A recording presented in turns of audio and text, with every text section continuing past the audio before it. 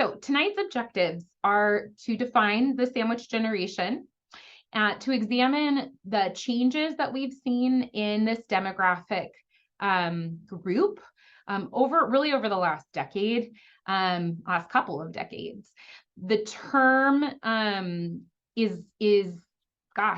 the term is not a new one. It's been around for 40 years now, but the group itself is changing. And so we want to look at that. And finally, our objective is to explore the unique challenges and opportunities associated with this group. And I do use the word opportunities because as challenging as it is to be a sandwich generation caregiver, I don't want to diminish that, but as challenging as it is, there's some really unique positioning that this group is in. So I want to highlight that as we move toward the end of the program, so that it's not all doom and gloom and all about the challenges. My hope is that in this first part of the presentation, it's not too dry. I'm going to give you a lot of information, a lot of graphics, just kind of look at the numbers with you. I want to contextualize this group first before I define it by looking at unpaid family caregivers as a whole in the United States. We know the AARP has done a pretty good job of monitoring and observing demographic changes among family caregivers. They released a report in 2020 called Caregiving in the U.S. 2020. And found that the number of Americans who are providing informal or unpaid care has gone up, and has gone up significantly by about 10 million people. So we're seeing more and more individuals who are in this caregiving role. It's possible that we might also be seeing more people reporting this, like identifying as caregivers, which is also important to acknowledge. In this set of data that you see here, this includes caregivers who are providing care to an adult or to a child with a disability or special needs. So it is really that large umbrella group. You can see kind of the gender breakdown. Women remain the larger group of informal caregivers in our country. You can also see that generationally speaking, the majority of family caregivers still reside within the baby boomer generation, but as the baby boomer generation ages, we are going to see more and more Gen X and millennial caregivers. 61%, so well over half of family caregivers work, and 45% of them are experiencing a financial impact. And we'll talk a little bit more about the costs of caregiving in a bit.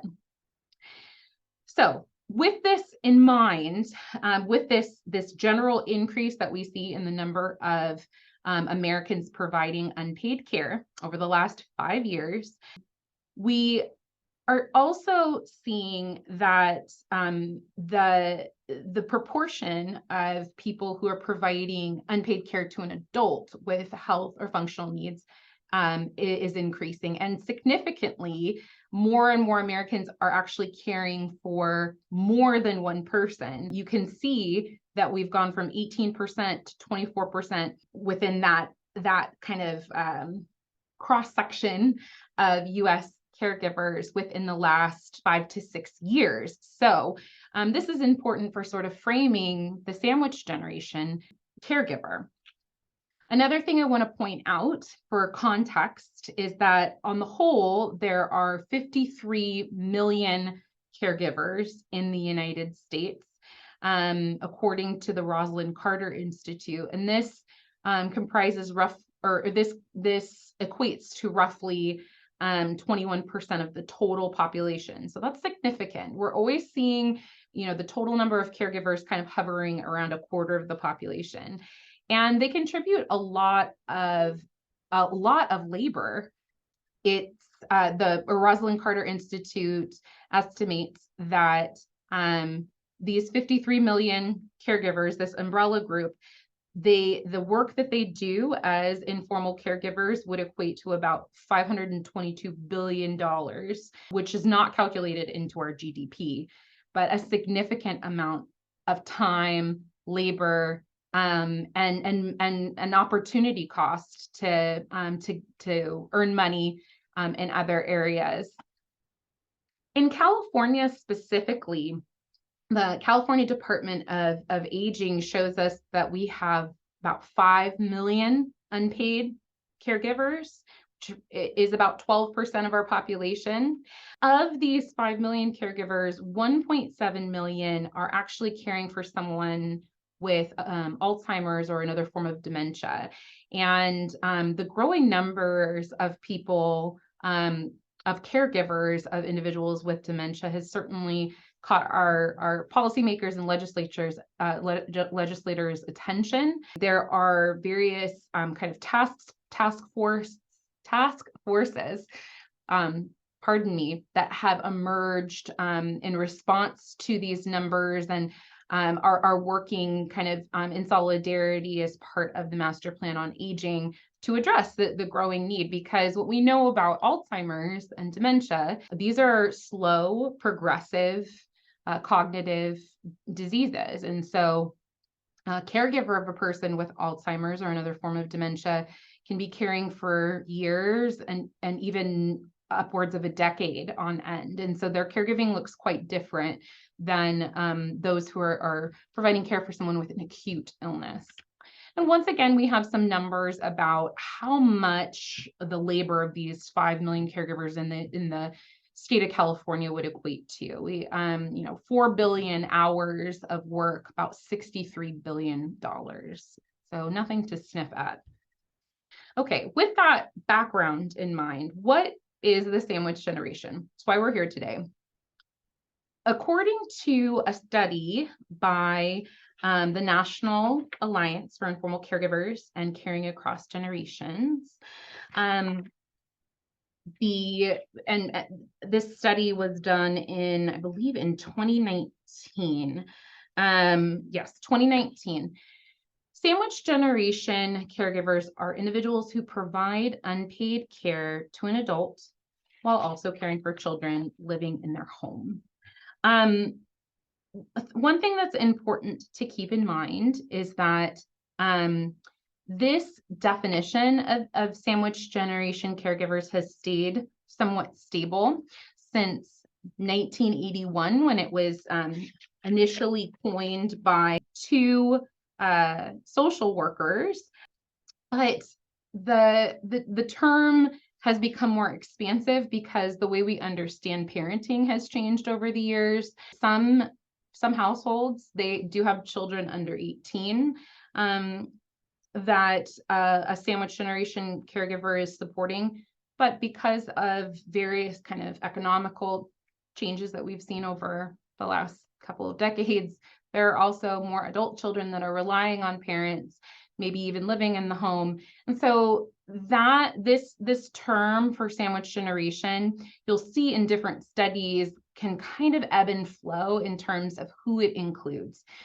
For the purposes of our presentation today, I'm going to be mostly focused upon this definition here that we get from NAIC and Caring Across Generations. So individuals who are caring for an adult while caring for children typically under the age of 18 in the household. The reason why they're referred to as sandwich generation caregivers is because the idea is that they are in the middle. They are being squeezed from both sides by two other groups, right? So like a sandwich generation caregiver is being pressed by two slices of different populations. And we know that this is tough, especially if this squeezing is happening within the same household. I will say that sandwich generation caregivers don't necessarily have all of their you don't have their children and the adult that they're caring for all under the same roof. Not all of them do, obviously, but we are seeing a rise in multi-generational households again. NAIC and Caring Across Generations reported in 2019 that 11 million caregivers, 11 million unpaid family caregivers, or about 28% of caregivers, fall into this group called the sandwich generation or sandwich caregivers. One thing I do want to highlight before we move on are some of the characteristics of sandwich generation caregivers. So what we're seeing is that average age tends to be 41, in the 40s. And interestingly enough, more of the caregivers in the sandwich generation are coming from Gen X or are identified as millennials. Most of them are working while they're caregiving, and over half are caring for a parent or a parent-in-law. So according to this study, 53% actually are caring for a parent or parent-in-law. And the most common reason for caring for that older adult is really just age and a need for support with activities of daily living due to aging. All right, we're going to move on. I wanted to share this graphic with you, which comes to us from the Pew Research Center, which kind of just emphasizes again that we're seeing more Gen X and millennial caregivers. So this group is the group to pay attention to when we're thinking about who is being squeezed. Another thing that's interesting about the sandwich generation is that they really are unique when compared to their counterparts, the non-sandwich caregivers. So individuals who are providing care for an adult, an aging adult in the home, or are caring for children, but not both simultaneously. We see that the majority of those non-sandwich caregivers are actually baby boomers, versus sandwich generation caregivers, the majority are Gen X millennials. So just again, something to keep in mind, especially given the fact that each of these generations has very distinct kind of attitudes and feelings about caregiving, different skill sets, different perspectives about services and seeking help. So it's good to kind of keep this in mind. The big question is, what is driving this, expansion? What is driving this expansion and change in the sandwich generation? I mentioned earlier that the term was coined originally in 1981, so several decades ago. And the sandwich generation caregiver of the early 1980s is not the sandwich generation caregiver of the 2020s. Really what we're seeing as the main drivers here are greater presence of women in the workforce, which certainly accounts for the fact that there's such a large proportion of sandwich generation caregivers who are working. We're seeing that people are living longer. I share this graphic here with you from the California Department of Aging's Master Plan on Aging. And, in California, we're living longer than ever before. The average life expectancy is now almost 82 years old, right? Second highest in the nation. Interestingly enough, across the nation, in California and across the nation, people are also delaying when they have children. Millennial Gen Xers have maybe had children later in life. And so parents, relatives are older when their children are being born. The economy has also been a driver behind this. if we think about the recession in 2008 and the impact that that had on individuals who are entering the workforce at that time, or were just kind of getting their footing in their careers, if we think about how that has sort of affected their ability to accumulate wealth, their ability to gain access to things like a house, those economic factors certainly affect the decision to have children, may affect the decision to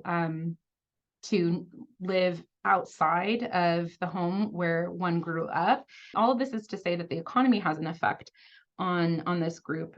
And we are seeing, as I mentioned before, a rise in multi-generational households. I think that kind of goes hand in hand with the economy as well. You know, people have moved into the same household out of necessity, out of the need to save money. So all of these things kind of come together and create this synergy that is driving the changes that we see in the sandwich generation.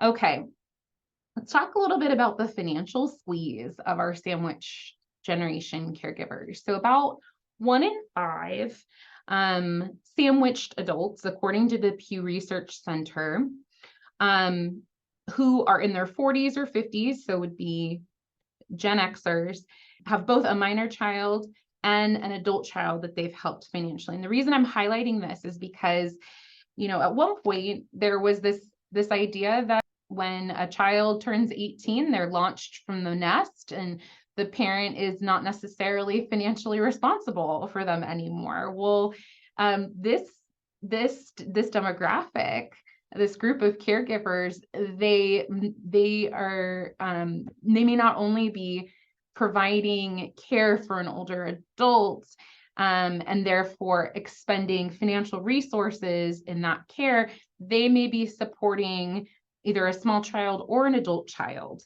And so again, their finances are affected by this caregiving. So something to keep in mind. And I think it's an important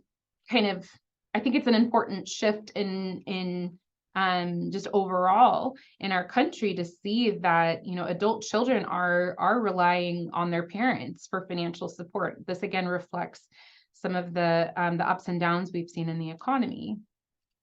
Let's talk about work and caregiving among the sandwich generation. So back in 2009, UC Berkeley compiled this snapshot of California's sandwich generation caregivers.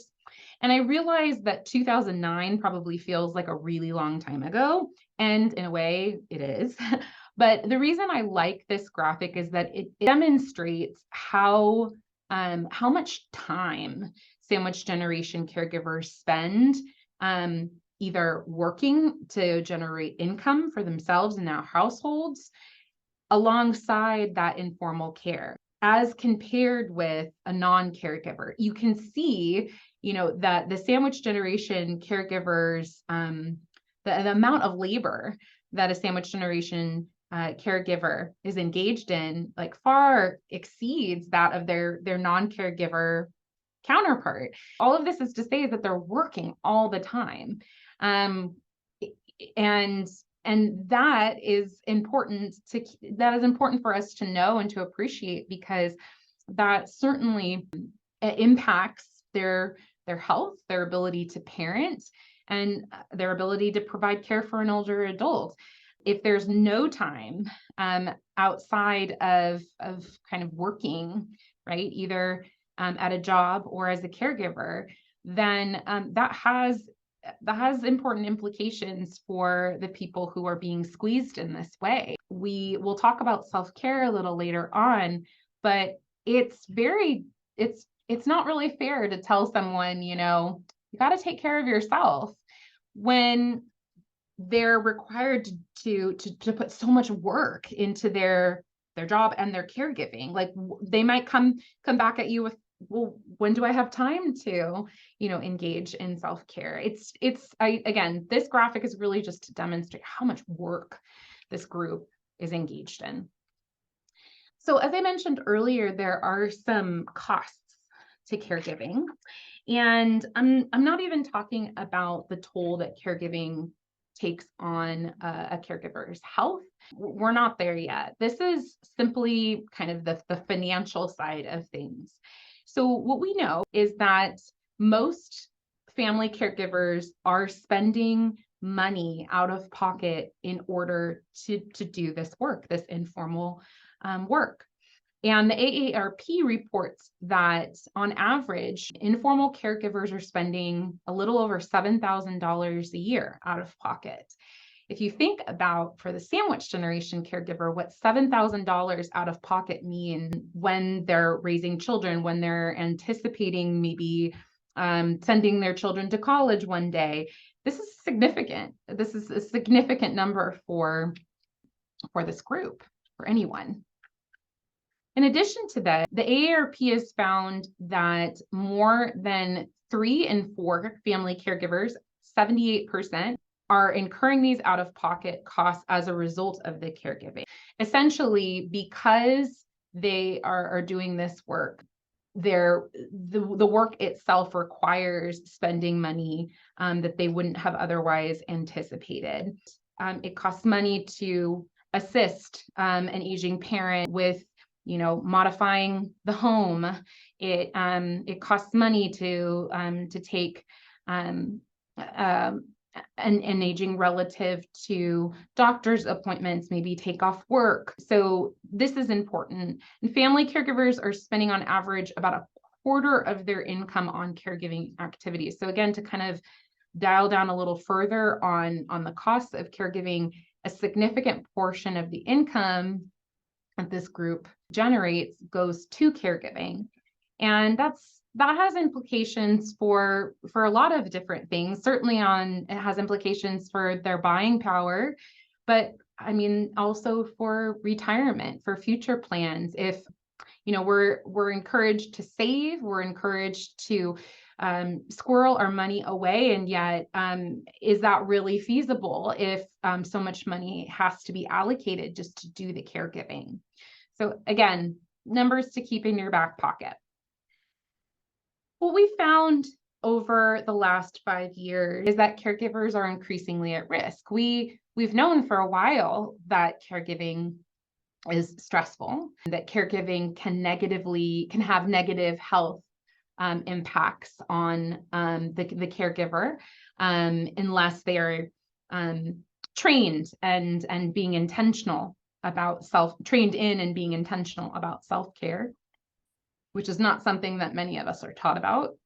What's interesting is that right before the pandemic, right around May 2020, really, I guess at the start of the pandemic, May 2020, the AARP and National Alliance for Caregiving reported that overall health outcomes for caregivers have declined about 7 points. Moreover, we know that the majority of caregivers are employed while caregiving, but they're reporting in greater numbers high stress or moderate to high stress levels. So again, all of this is to keep in mind that when we're talking about a sandwich generation caregiver, when we're talking about someone who's caring for children and an aging adult, the umbrella population, their peers who are not being squeezed from both sides are experiencing more stress. So all of this is to illustrate that our sandwich generation caregivers are probably experiencing even more stress, even worse health outcomes. Now, what I wanted to do is share this video with you. We're not going to watch the entire video, though in the follow-up, I will share it with you. About a half an hour. It's Second Opinion with Joan London. It's, PBS, which is kind of my jam. Essentially, the host, Joan London, has this roundtable talk about sandwich generation caregiving in the United States. And she is talking with a physician about the effects of caregiving, particularly on the sandwich generation caregiver. And I just wanted to share for you some of the insights that he had. He's going to be this gentleman in the bow tie. Of all of these people with just so much on their shoulders. I think you introduced it earlier. They really need a close relationship with their physicians to maintain their health. The stress of being a caregiver, particularly when you're taking care of multiple generations, is an inflammatory process in the body. It ages the heart, it ages the kidney, it ages the liver, it ages the brain. Life expectancies are shorter for individuals the longer that you are a caregiver. All of that has an impact, and you need somebody that's your ally that's looking out for you and saying, you know, we need to manage all of this. We need to make sure you're healthy, because if you're not, they don't have you. Absolutely. But what I really appreciate about this roundtable discussion and the physicians' comments are that there are real health consequences for the chronic stress that we see among caregivers. And we know that, as he said, caring for multiple generations, it only amplifies the caregiving stress that one might already experience if they were focused solely on one individual. He highlights for us the, this inflammatory response the body has, the effect on the heart and the brain, how it can age people more quickly. It's not the same kind of caregiving stress that we see elsewhere. And if we're talking about, being a sandwich caregiver who is raising young children and maybe caring for a parent who has a long and slow degenerative disease like Alzheimer's, this can have consequences in terms of you're being able to watch your children grow up. Stress is as they say, a silent killer. It can age people more quickly and can have really negative health outcomes. Okay. By looking at all of the numbers, as we've sort of seen, the challenges of the sandwich generation caregiver, but I want to reiterate them. I want to kind of summarize them before we start talking about supports and opportunities for this group. So obviously, there are implications for health, finances, and personal implications as well within this group of people. And they all kind of relate to one another. They kind of feed into one another.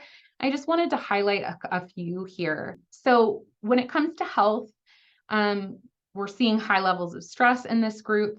Like many caregivers, non-sandwich generation caregivers, a lack of self-care or prioritizing physical health, which is why that physician in the video talks about how important it is for an SG or sandwich generation caregiver to have a relationship with their physician and ally in their family doctor, because their health matters, and their health is really their ability to provide care is contingent upon how well they manage their own health. We know that mental health takes a hit. There's a higher incidence of anxiety and depression among family caregivers, among that larger umbrella population. And we certainly see that this is true among sandwich generation caregivers. As the video sort of touched upon, if your body is in this constant state of stress, and you're having this inflammatory response, not only does it lead to premature aging, but it may lead to premature death. And one scary statistic that still circulates, I believe in 2006, Family Caregiver Alliance discovered that about 60% of caregivers of individuals with Alzheimer's or dementia are more likely to pass away before their care receiver does, in part because of just the stress of providing care for someone with this kind of a condition. Some of the financial challenges we see with sandwich generation caregivers are, again, those out-of-pocket expenses. I mean, $7,000 a year is nothing to sniff at when you've got children in the household, when you're in the beginning stages or even in the middle of your career, and you're trying to prepare for retirement yourself. The inability to save, and sometimes even the decision among sandwich generation caregivers to leave the workforce entirely because of the stress of trying to maintain a job and do caregiving, can result in not only loss of income, but loss of retirement benefits in the future. So there's a financial impact. And finally, there's a personal impact. I did want to highlight the fact that people being squeezed can feel trapped. Like there's no peace or social outlet, that all they do is care, right? That there's no sense of identity outside of being a caregiver. And while, you know, being a parent and being a spouse and being a child, those are all important identities. It's hard when we feel that what we do is primarily who we are. Who we are is really multifaceted, but when you're squeezed in this way, it can start to feel like all you do is give of yourself, and it can result in a lack of identity. And again, these different challenges feed into one another. We want to acknowledge and recognize this, because the only way that we're really going to be able to support this population is if we understand how caregiving looks different for them. So I'm going to share something that some of you may have seen before, I'm hoping. And if not, I encourage you to look this up. It's an excerpt from the Caregivers Bill of Rights. When I share with people that there is a Caregivers Bill of Rights, sometimes they raise their eyebrows or seem surprised. But this document is essentially a list of principles that emphasize how self-care is not selfish. It's the opposite of selfish. It's really necessary in order to continue doing work as a caregiver. I really like this particular principle. I have the right to take care of myself. This is not an act of selfishness. It will give me the capacity to take better care of my loved one. I would add to that, it will give me the capacity to better take care of myself, my children, when we're thinking about the sandwich generation. Self-care really is it's vital to doing this work. Self-care, that word often gets conflated with, you know, manicures and massages, right? But really, self-care is an outlook. It's a perspective that sees caregiving as a relationship and an exchange that depends upon all parties being healthy together, or as healthy as possible in the case of someone who has a degenerative disease. It's really more about the ecosystem. So in that regard, it's not selfish, right? We're thinking about each individual part, but we're also thinking about the whole. So again, self-care is about shifting that perspective, then doing certain tasks like, oh, in order to take care of myself, you know, I have to go have a day with the girls. Maybe a day with the girls is what, you know, the doctor ordered, or maybe, you know, a trip to the beach or the ocean. I'm not trying to knock those things, but some of the feedback that I've gotten from caregivers who are feeling squeezed is that, well, when do I have time to take care of myself? And I think it's a legitimate question, but it also gets at the heart of this issue of self-care being a mindset or an outlook rather than just something you do. You know, if there's this sense that there's no time for oneself, then that is going to manifest in, you know, these challenges that we've just looked at, sort of defining the caregiving experience. So there is a way to conceive of self-care as a lens through which you understand caregiving differently. And I really love mindfulness. There's a lot of literature now around mindfulness in the caregiving exchange, and you know, not talking about, you know, taking 20 minutes to meditate, but just paying attention to your thoughts and taking time to breathe and remember that there is that breath that keeps you tethered to the earth. So I highlight this because I think that mindset is really important for sandwich generation caregivers in particular. But let's talk about some supports. Again and again and again, at Oro Caregiver Resource Center, my colleagues tell the caregivers we work with that, you don't have to do this alone. And they're absolutely right. I think that might even be another aspect of this shifting our mindset when it comes to self-care, accepting that we need help, that we need a support system as caregivers. And so I wanted to highlight a couple of different resources for this group. One is the California Caregiver Resource Center system, of which Oro Caregiver Resource Center is part. The California CRCs are agencies that offer kind of wraparound services and supports specifically for family caregivers. And this can be a really powerful tool for a sandwich generation caregiver who just feels like they don't have the bandwidth to do this on their own, right?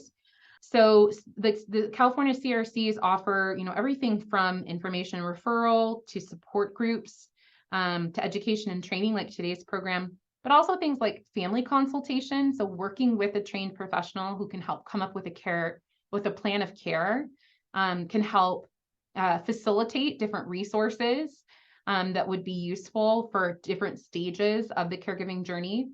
Counseling to address some of the mental health needs and challenges that come up with caregiving, legal and financial consultation, so that there are sandwich generation caregivers of any group has got to be thinking about things like power of attorney and end of life planning, estate planning.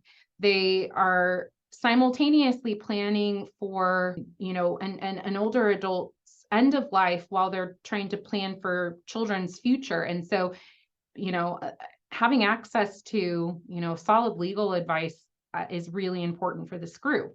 And that's one of the services that the CRCs provide.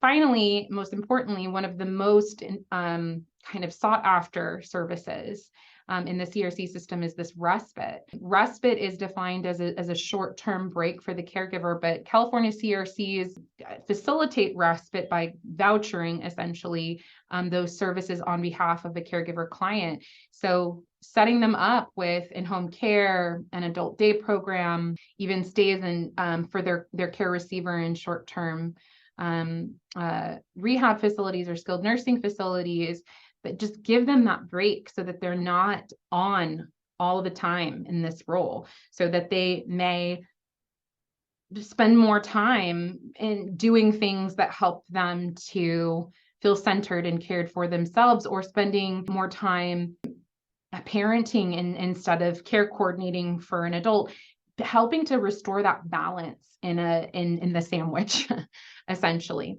So that's one category. Another that I wanted to highlight here too is care management. I've had some friends recently ask me, what do I do? I feel like I cannot work and care for my parent and care for my kids. I just can't do it. I feel like I need an assistant or like an employee in order to get all of this done. Well, there is such a thing, as I've told my friends, as a geriatric care manager who can help, again, come alongside sandwich generation caregiver and support them with that care coordination for the older adults, and take some of that burden off of their shoulders. I have a friend who has a saying called death by 1,000 paper cuts, like all of the small things that add up that ultimately just overwhelm. And a geriatric care manager can be that detail-oriented ally who comes alongside sandwich generation caregiver and helps to take some of that stress off their plate. Here on the screen, I've just highlighted two agencies that have geriatric care managers that Oro has partnered with in the past, Elder Care Management and Senior Care Solutions. There are obviously many, many more agencies out there that do this kind of work. And again, this is one idea. Finally, I wanted to talk about paid family leave. sometimes we've seen in this presentation how many sandwich generation caregivers continue to work even as they're caring for children and older adults. Sometimes it may be necessary to take that break from work, but there's always that fear about losing your employment and therefore losing your source of income, losing your future retirement outright. In California, the EDD, the Employment Development Department, does have a paid family leave program through our state's disability insurance, or SDI. Most people in California pay into SDI. You'll see this. You'll see that acronym on a pay stub. And what this program allows is partial wage replacement for a limited amount of time. So we're talking about 60 to 70% of normal wages for up to 8 weeks if indeed, a sandwich generation caregiver has just hit their limit. They can't work and take care of kids and take care of an older adult. They need to take a break somewhere. This is an option. I mentioned that, there's that fear about actually taking advantage of a program like paid family leave, right? Well, there happens to be legislation at the national and state level that protects individuals if they do decide to take that time for themselves.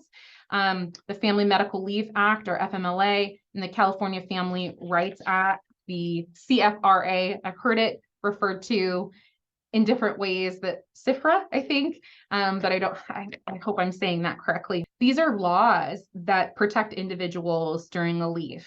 So this means that your job is still there when you come back. This means no retaliation from an employer. This means that you can maintain benefits even if you're not receiving full wages. Qualifying reasons include caring for a sick or disabled parent, spouse, or child. Some good news, CIFRA, the California Family Rights Act, actually expanded in 2021 to include more care receivers. So in the past, there was kind of a more limited set of people who you could care for that would qualify you in order to take paid family leave. Now that list of people has come to include, grandparents, grandchildren, and in-laws. We know that sandwich generation caregivers are caring for parents, but they're also caring for parents-in-law as well. And the eligibility requirements for FMLA and for CIFRA are very similar. Both require that, you've been employed for a year at your specific job. You have worked, about 1,250 hours, about 25 hours a week at the very least.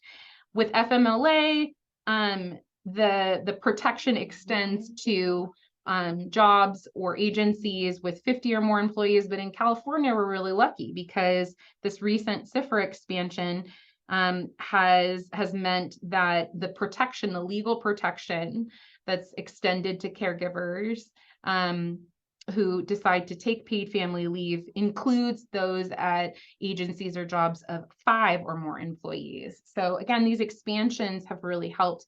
And this is important for our sandwich generation caregivers to know about.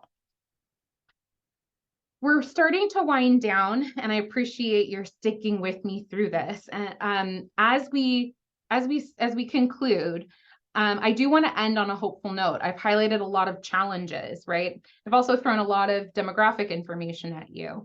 Living in California is really advantageous as we're aging, in that we have developed as a state a master plan for aging.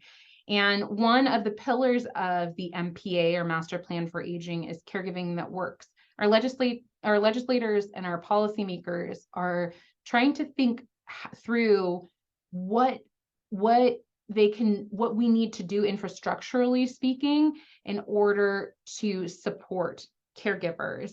And this is especially crucial for sandwich generation caregivers.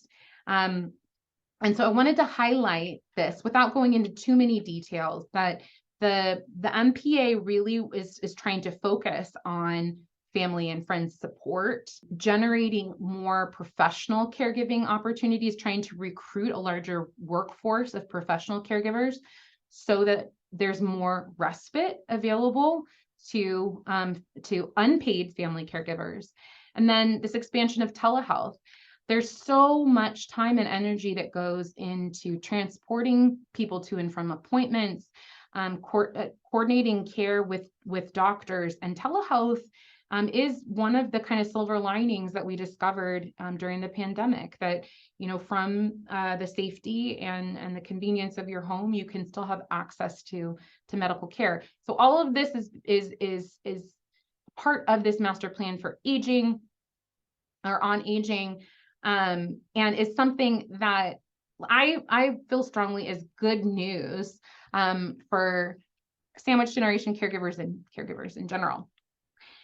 I am a bit of a bookworm, and I always like to leave people with some suggested reading. So there are 2 books that I highlight here for our sandwich generation caregivers, and for those who wish to learn more about them, learn how to support them better. The first is the Sandwich Generation Guide to Elder Care. This book might feel a little dated. It was published in 2013. My hope is that they come out with a new edition, but it offers some practical tips for how to prepare yourself at both ends of the spectrum, how to think through the legal and the financial aspects of being in this caregiving role. A more recent publication, Building a Legacy of Love, or Thriving in the Sandwich Generation, by Christy Byrne Yates, who coincidentally will be one of the speakers in our sandwich series come December, is a great read for helping to kind of shift that mindset on self-care and on what it means to be a caregiver. I really like that Yates highlights this kind of attitude of becoming a care manager as a caregiver yourself, or adopting that mindset. And it's a different way of thinking about it, like thinking about how to do this work. She also just points out some of the opportunities that are related to this particular group of people.